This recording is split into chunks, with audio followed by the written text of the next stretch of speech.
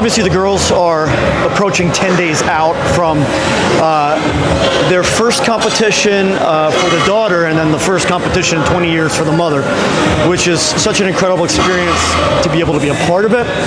So for me, coaching has always been my greatest passion, and I never wanted to step on stage myself because I always kind of lived through other people stepping on stage, and that to me is more gratifying and fulfilling than anything. But as a coach, I've also worked with a lot of people that are working through addictions, and the hardest part with dealing with real life is not getting so emotionally tied, because I am just so compassionate about the people I work with, and this is what I love to do.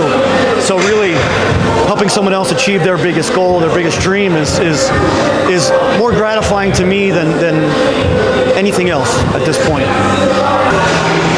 So a year ago, I had a spinal fusion, and that essentially, after that surgery, my legs were never the same, and my right leg has basically just given up on me. But I'm trying not to give up on it. So it's been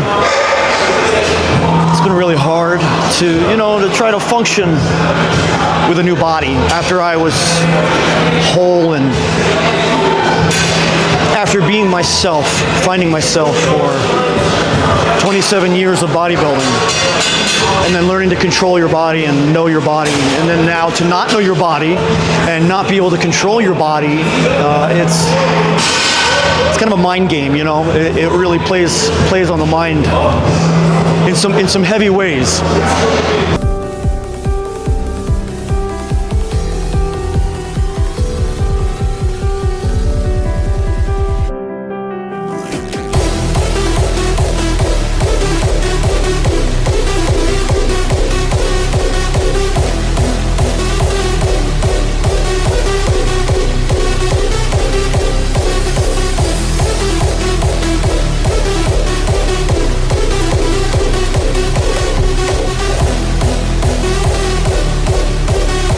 Spot. Am I going to look at you or like? I'm showing my nipples. Well, while we're here, I mean, we may as well just tell everybody, like, why did you get back into wanting to compete? I mean, let's face it, contest prep is not easy. Most people hate dieting. Yeah. Most people hate training 6 days a week.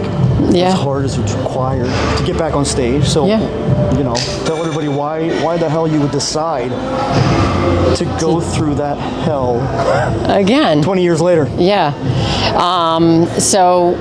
For 20 years I've been still working out, and of course I have my daughter. She's 17, and she kind of fell into my pattern as well, going to the gym, staying motivated, staying dedicated, and she had asked me if I wanted to do a show, and she said, "Mom, I want to compete."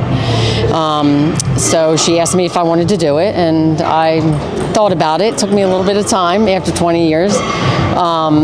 I thought I'd never get back into it again, and I finally said yeah, and here I am.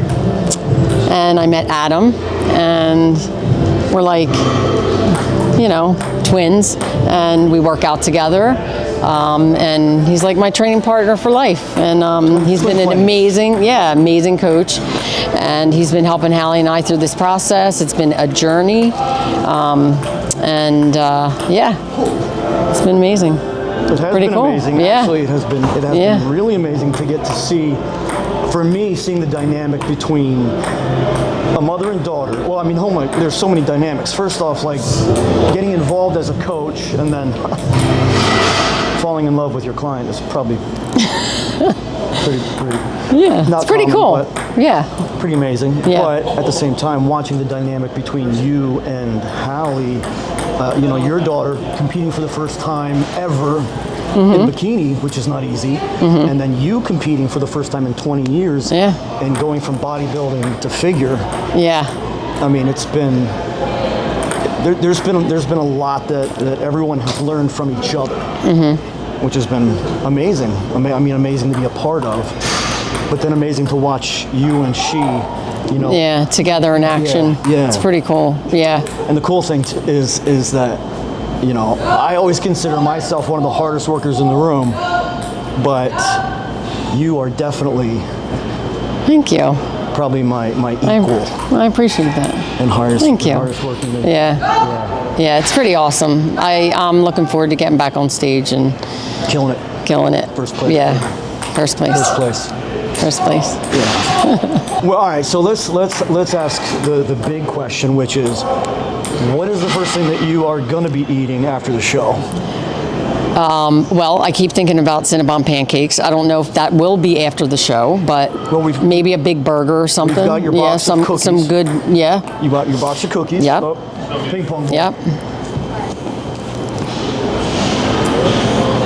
So you got your box of cookies. Mm-hmm. That's a given. But knowing you'll probably just take a bite of each one and then be done. Yeah. And then save it for your what? Because my stomach will blow up. Burger. Yeah. Fries. Yeah. Pizza. Maybe wings. Buffalo wings. They're my favorite. Yes, that's actually what you were saying the other day. You wanted buffalo wings. Yeah. Buffalo wings. I gotta stop showing my nipples. So a lot Absolutely. of my viewers and subscribers actually came to the channel from my other channel, which is devoted more towards the spinal fusion experience and surgery and nerve damage and you know, all of that. And so Dolores and I are actually going to be putting out a series of videos on training with injuries, training after surgery, training at home. What else did we say? Training with resistance bands. Absolutely. All right, can I have one? Oi. Oh. Oh. This is funny. I like it. It's like, You want one? Oh, you can't have no, I can't have one. Oh, I forgot. You can't. Can't have one, darn. Teasing you, I'm sorry. That was not nice. Yeah. Not nice to do to somebody who's on. No, he always eats in front of me. Yep, see? You wanna? Nope, I can't. Oh. I'm not allowed to have sugar. Yeah, but we could do the. Sorry. We could do the lady in the. Oh, the lady in the tramp. Yeah, yeah. The lady in the tramp Pasta. I can't have that. Can I? Well, the question is, what are some tips and tricks that you can do when you get some food cravings? But the hard part about you is that you're just so dedicated that you don't complain about anything. So when you have a craving, you're like, oh, I better have a protein shake. Right, yeah. I mean, and too, what has helped as well is that breakfast, French toast. Having a good breakfast. Having a breakfast to start off the day with something that you can actually enjoy. And it's low calories, like Yeah, the 647 bread. French toast, yes, I had French toast, but it was like, it's only 40 calories per slice. Yes, she looks like With this. egg whites and, 9 days out yeah. while eating bread. See, here's the thing. This is the thing that drives me crazy about every other prep coach, but also bodybuilding coach that I've ever met, except for my first coach, who was Joe Dodd, who was Arnold Schwarzenegger's stand-in for the Conan the Barbarian movies. Okay.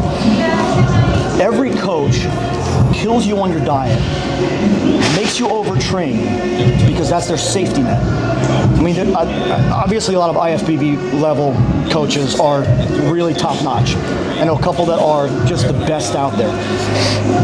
Below that level, I would say that most coaches try to play it so safe that they overtrain you, kill your calories, and just hope that that makes up for them not knowing you individually. Whereas I've spent the time getting to know you individually, and Hallie. Yes. Getting to watch the roller coaster, getting to get the weigh-ins, getting to see the ups and downs of how different foods affect your body and your body chemistry the next day. Seeing like how a big refeed, a big, huge meal full of, starch and sodium can actually affect you. Yeah. Yeah, so it's getting kind of bad. Yeah, all right. You should put your foot up. I highly encourage that if you want to step out into that field and you have the motivation and dedication, I think you can do it. Never say you can't. Always put your mind and soul into what you love and your dreams, and you can do it. She's also a coach, so we haven't really even talked about that, but she's also a trainer and a coach and teaches spin and personal training, and so it works the best when you're working with people that have a similar mindset that will allow you to push them, that will allow you to encourage them, that will allow you to help them find their potential. Right. Being surrounded by those people that can encourage you and motivate you, and it definitely helps to hold each other accountable. Yeah, and so, especially for a lot of young want-to-be competitors, they think that because they like working out and enjoy training, they're like, oh, I can step on stage, I could be a bodybuilder, I could be a bikini model because I'm, thin, and it's like, there's so much more to it that I'd say 95% of the general public know nothing about. And that's what makes the industry of bodybuilding just so amazing. So, really so special. It really does. And I started training 27 years ago. 27 years ago, I started bodybuilding. Yeah. In Trenton, New Jersey, at a gym called Man's World. And I started coaching 21 and a half, almost 22 years ago. That's about the time I got into it. Yep. So I was working out before, but 20 years ago is when I competed. Yeah. I will say this, I think, for me, after training for 27 years, but now having like a partner, it's a completely different experience. And not like a bro training partner, but having somebody that is dedicated to be here with you every day. Just like you are. Yeah. Just like, yep. And to be here with the same goal. And absolutely. That's one of the most amazing experiences. The same kicks. Oh, yeah, show them our shoes. show them the side of it. Show the side of it. His and hers. So you can't see it, baby. There you go. Yeah. I'd say that's probably, find yourself a training partner for life. And make it work. Yeah. Right?